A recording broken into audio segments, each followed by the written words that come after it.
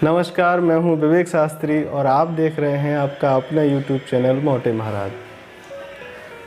साथियों, जैसा कि आप सभी जानते हैं 12 माह में 24 एकादशियाँ पड़ती हैं, जिसमें ज्येष्ठ मास की शुक्ल पक्ष की एकादशी को हम निर्जला एकादशी कहते हैं। इस एकादशी का हमारे पुराणों में बड़ा ही महत्व बताया गया है। इसका एक नाम भीम एकादशी भी कहा जाता है। उसके पीछे एक बड़ी ही रोचक कथा आती है। पुराणों में वर्णित है, एक समय महर्षि वेदव्यास पांडवों के यहाँ पहुँचे और क्या देखते हैं कि भीम को छोड़ करके बाकी पूरा परिवार, माता कुंती, द्रौपदी और 4 पांडव एकादशी का व्रत करते, परंतु भीम एकादशी का व्रत नहीं करते थे। जबकि वैष्णवों में एकादशी का विशेष महत्व है। जो वैष्णव परंपरा से हैं, जो भगवान विष्णु को अपना आराध्य मानते हैं, उनको एकादशी व्रत अवश्य रखना चाहिए। तो महर्षि ने देखा कि भीम को छोड़कर सभी एकादशी का व्रत कर रहे हैं। भीम से पूछा कि आप एकादशी का व्रत क्यों नहीं करते? तो भीम ने कहा, गुरुवर, मुझसे भूख सहन नहीं होती। जो जठराग्नि है उसकी जो जलन है वो हमको बर्दाश्त नहीं होती, इसलिए हम एकादशी का व्रत नहीं कर पाते। अगर आपके मन में कोई उपाय हो तो ज़रूर बताइए।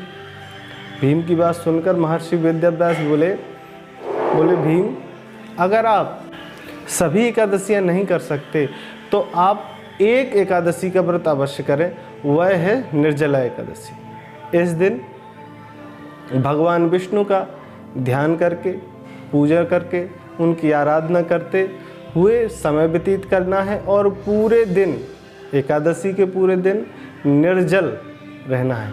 इसका नाम ही निर्जला एकादशी, अर्थात बिना पानी के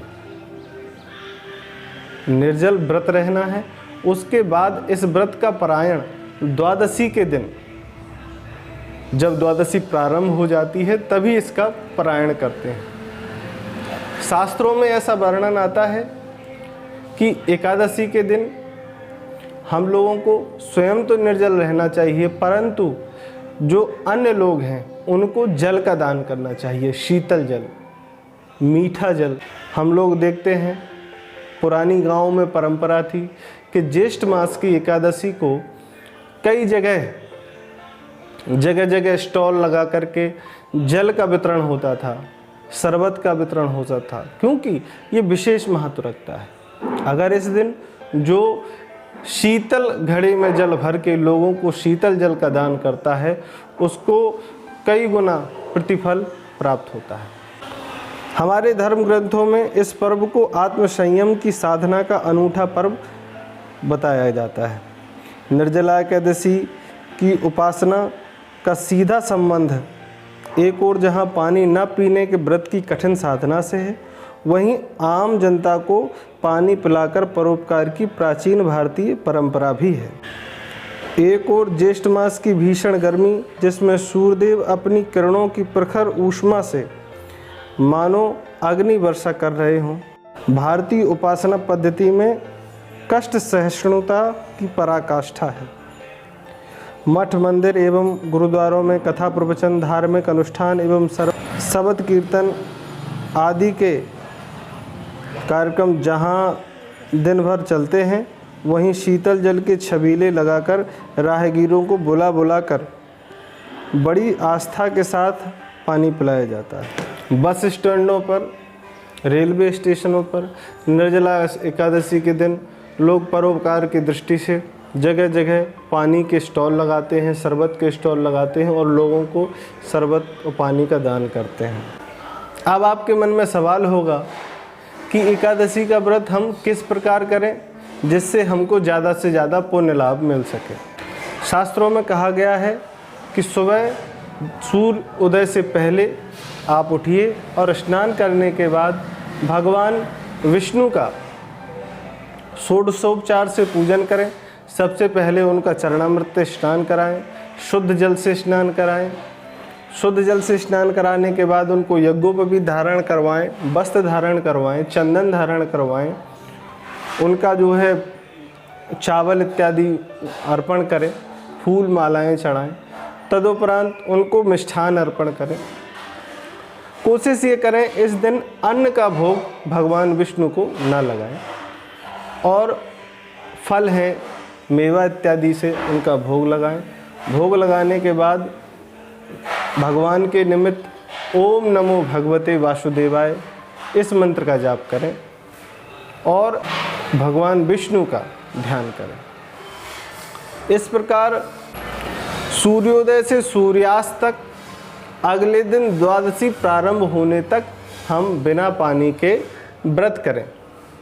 अगले दिन स्नान इत्यादि से निवृत्त हो, भगवान का ध्यान करके पूजा करने के बाद ही अगर पास में कोई मंदिर हो वहाँ जाकर द्वादशी के दिन पारायण करें, या घर में ही अपने माता पिता का आशीर्वाद लेकर के इस द्वादशी व्रत का पारायण करें। वैष्णव परंपरा से होने के कारण हमारा फर्ज बनता है कि हमारी जो साधना है जो छूटती जा रही है, जिन व्रतों को हम छूटते जा रहे हैं, हमारी जो आगे आने वाली पीढ़ी है इन व्रतों का महत्व धीरे धीरे भूलती जा रही है।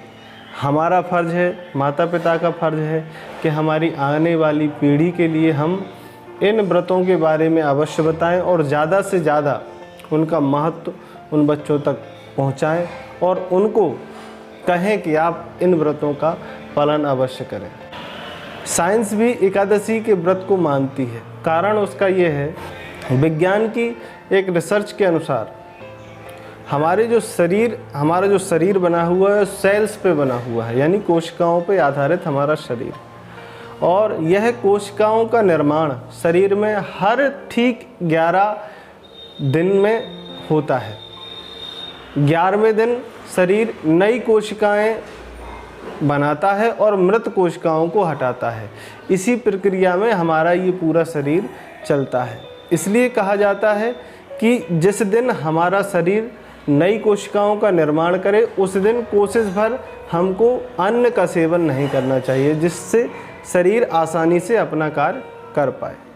विज्ञान ने भी मान लिया है। इसलिए आप सभी से निवेदन है कि एकादशी का व्रत अवश्य करें। इसका बहुत ही महत्व माना जाता है। ओम नमो भगवते वासुदेवाय।